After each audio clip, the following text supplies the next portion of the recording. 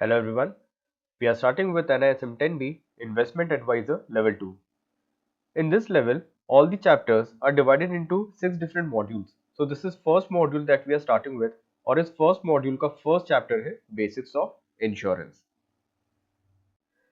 Now in this book they have given a very simplistic example at the initial of the chapter.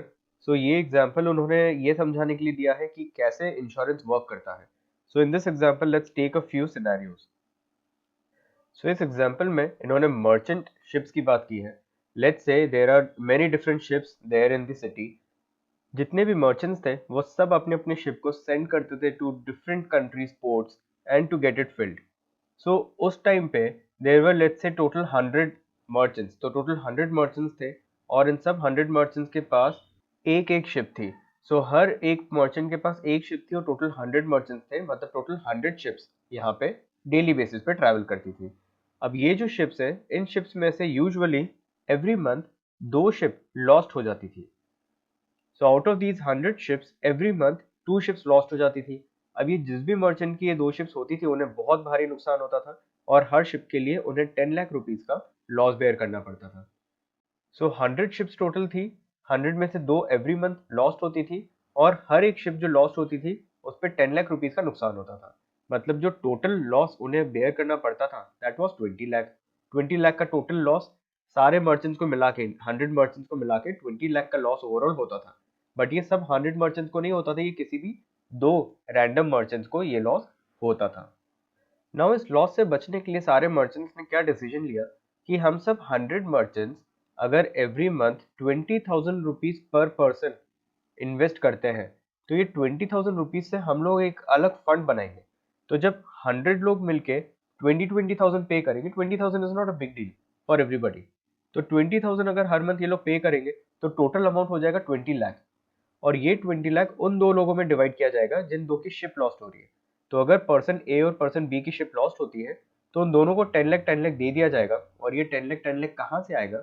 ये उस 20 लाख के fund में से आएगा जो सब ने 20,000 पे करके बनाया है. तो 20,000 into 100 would give up 20 lakh. तो अगर किसी एक मर्चेंट का 10 लाख का नुकसान हो जाए ये बहुत बड़ा नुकसान है, लेकिन अगर सबका 20-20 हजार का नुकसान हो तो ये बड़ा नुकसान नहीं है. सो इस तरीके से दे formed a different fund all together of 20 lakh rupees और ये डिस्ट्रीब्यूट होता था उन 2 लोगों में जिन 2 लोगों की शिप लॉस्ट होती थी.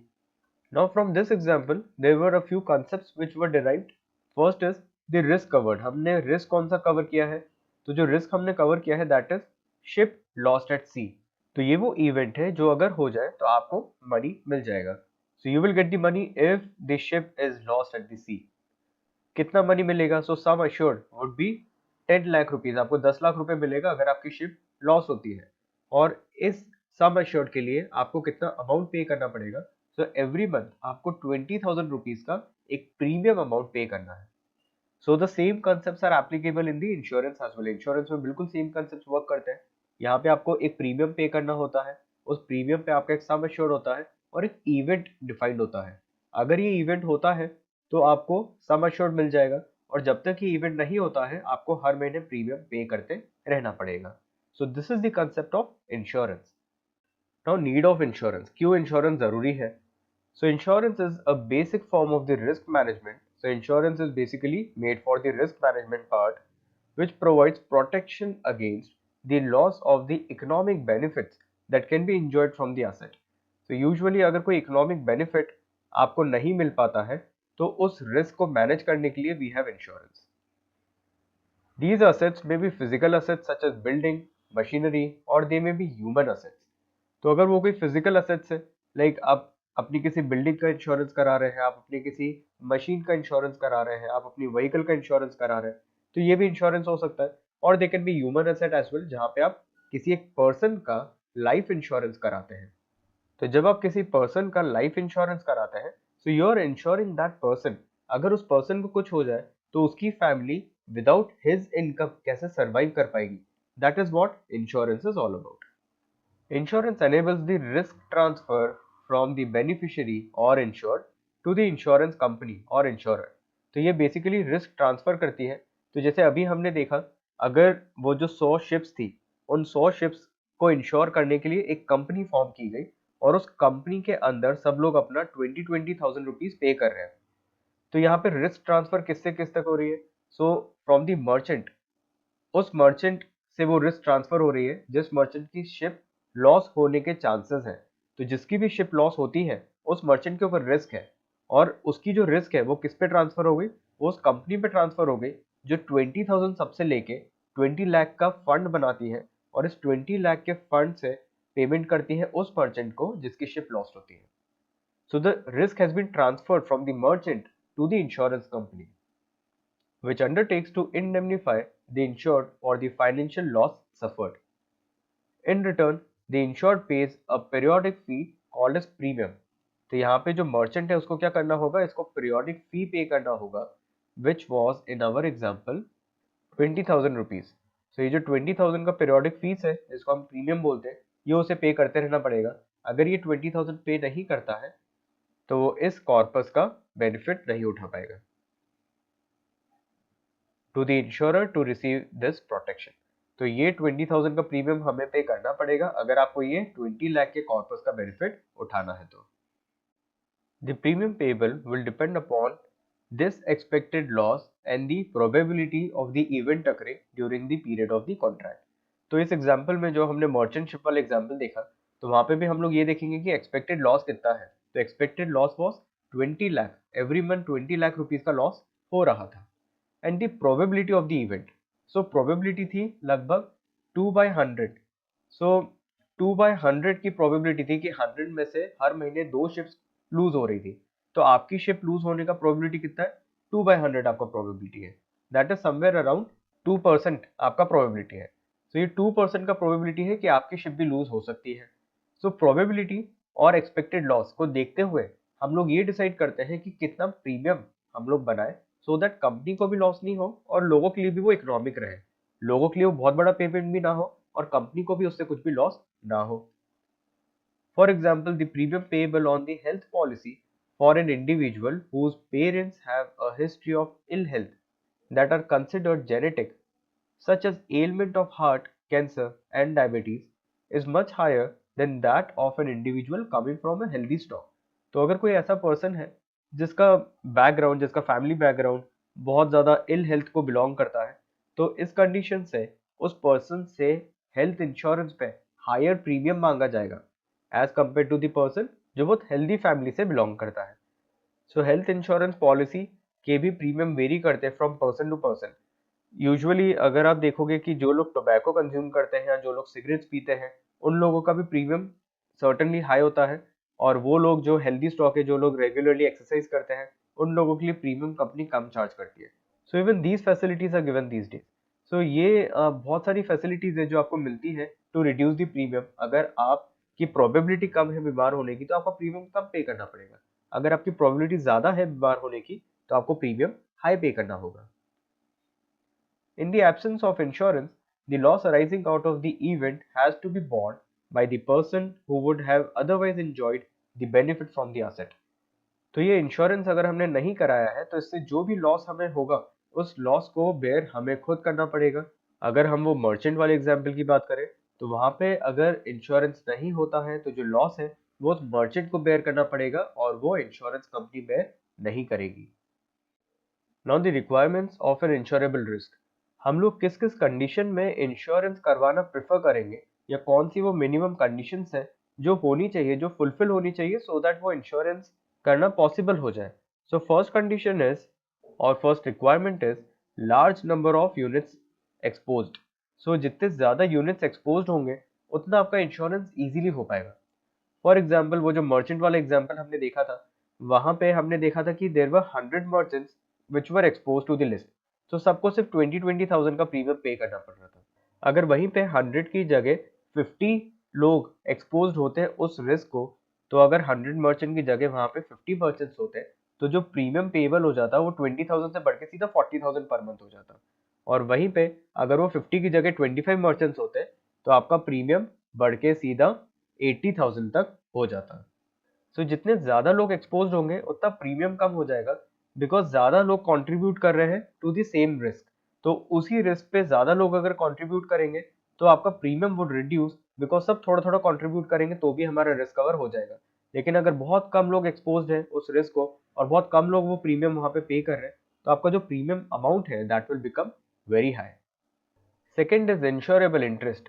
इंश्योरेबल इंटरेस्ट का मतलब होता है कि वो इवेंट अगर होता है, जो भी इवेंट की हम लोग बात कर रहे हैं जिसपे हमें इंश्योरेंस मिलता है, वो इवेंट होने से हमें कुछ ना कुछ फाइनेंशियल लॉस होना चाहिए।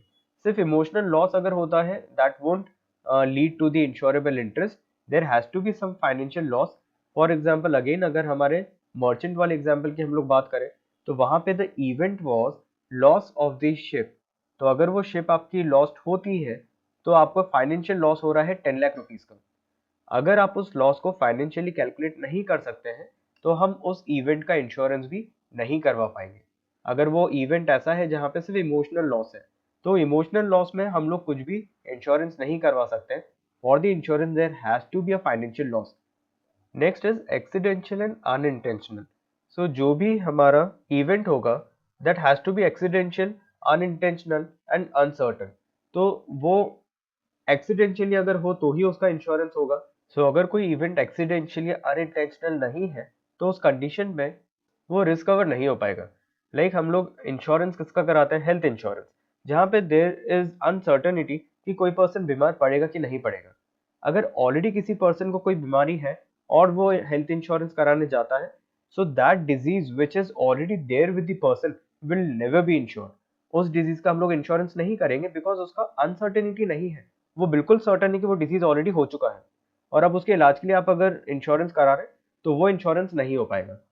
सो इंश्योरेंस हो जाएगा हेल्थ इंश्योरेंस, बट जो डिजीज ऑलरेडी आपको हो चुकी है वो उसमें कवर्ड नहीं रहेगी।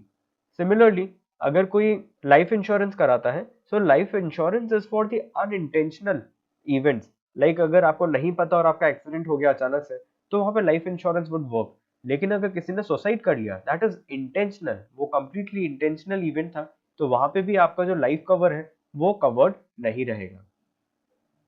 The next is determinable and measurable. तो आपका जो भी लॉस होता है, हमने एक बात करी कि यहाँ पे जो भी आपका इवेंट होगा उस इवेंट में कुछ ना कुछ फाइनेंशियल लॉस होना चाहिए। तो अगर वहां पे कुछ भी फाइनेंशियल लॉस होगा तो वो financial loss should be determinable and measurable. तो वो फाइनेंशियल लॉस आपका मेजरेबल होना चाहिए। फॉर एग्जाम्पल अगर आप शिप्स की बात करो तो वहां पे वो मेजरेबल लॉस था कि हर एक शिप पे हमें 10 लाख रुपीज का लॉस हो रहा था। So this was a measurable loss. Similarly अगर आप हेल्थ इंश्योरेंस पे भी वर्क करते हो तो हेल्थ इंश्योरेंस पे आपका रिस्क इज मेजरेबल बिकॉज आपका जो भी एक्सपेंस होगा उसके बिल्स आपके पास अवेलेबल होंगे। सो बिल पे everything is measurable and determinable. You can determine the amount by looking at the bills. Next is no prospect of gain और प्रॉफिट। तो यहाँ पे आपका गेन और प्रॉफिट का कोई भी प्रोस्पेक्ट नहीं होना चाहिए। लाइक आपको अगर 10 लाख रुपीज का हम लोग इंश्योरेंस दे रहे हैं तो वहां पे आपका लॉस भी 10 लाख रुपीज का ही होना चाहिए, तभी हम लोग आपको उतने का इंश्योरेंस प्रोवाइड करेंगे। सो वहां पे ऐसा नहीं होना चाहिए कि आपका लॉस हो रहा है 10 लाख रुपीज का और आप लोग सम इंश्योर्ड ले रहे हैं 20 लाख रुपीज का। सेम चीज कई बार लाइफ इंश्योरेंस में देखी जाती है कि हम लोग जो इनकम अर्न कर रहे हैं वो है सिर्फ 10,000 रुपीज पर मंथ।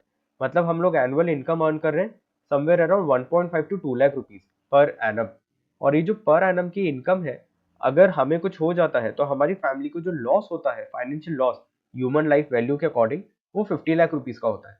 लेकिन हमने जो अपना लाइफ कवर लेके रखा है वो 2 करोड़ रुपीज का है। तो हमारे जाने के बाद फैमिली को 2 करोड़ रुपीज मिल जाए। तो यहाँ पे कहीं ना कहीं एक प्रॉफिट और एक गेन इन्वॉल्व है। तो इंश्योरेंस में कभी भी हमें प्रॉफिट या गेन नहीं देखना चाहिए। वहां पे सिर्फ एक पार्ट होता है दैट इज रिस्क कवर्ड। वहां पे सिर्फ आपका रिस्क कवर होना चाहिए।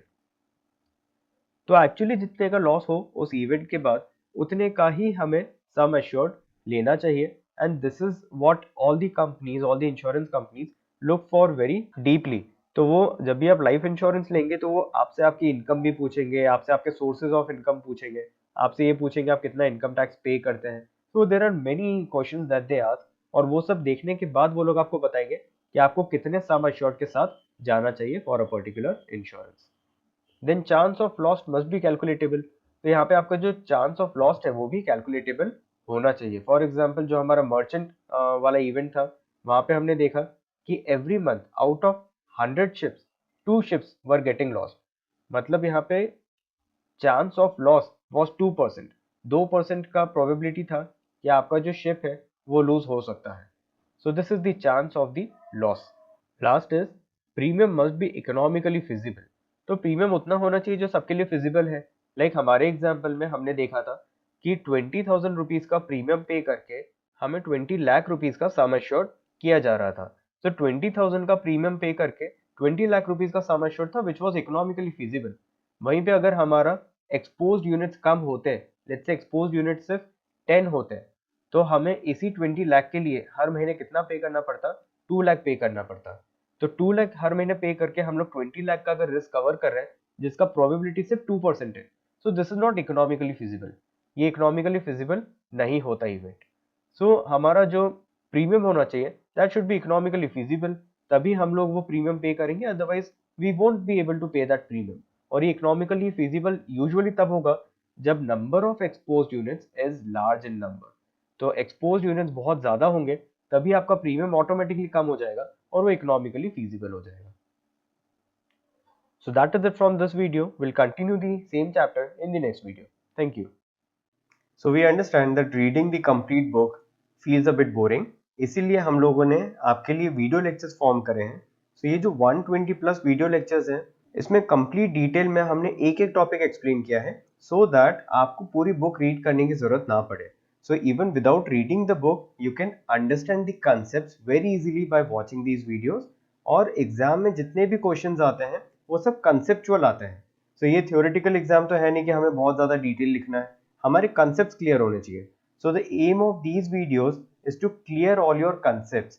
अब जैसे बुक में अगर एक डेफिनेशन लिखी है तो उस डेफिनेशन का क्या मीनिंग है और उससे किस टाइप के क्वेश्चंस आ सकते हैं वो हम लोगों ने वीडियोस में डिटेल में समझाया है. Apart from that, we have made 40 plus detailed case studies video जो completely dedicated है towards the case studies. ये again बहुत important part है इसलिए इसको मैंने underline किया है. Case studies के सारे video 1 hour each के हैं. So अगर आप 10A10B का complete content देखोगे, so the content is above 160 videos. So 120 videos आपको content के मिल जाएंगे और 40 videos आपको case studies के मिल जाएंगे. Total you will find 160 videos of NISM 10A and 10B both combined. Then there are frequently asked questions as well.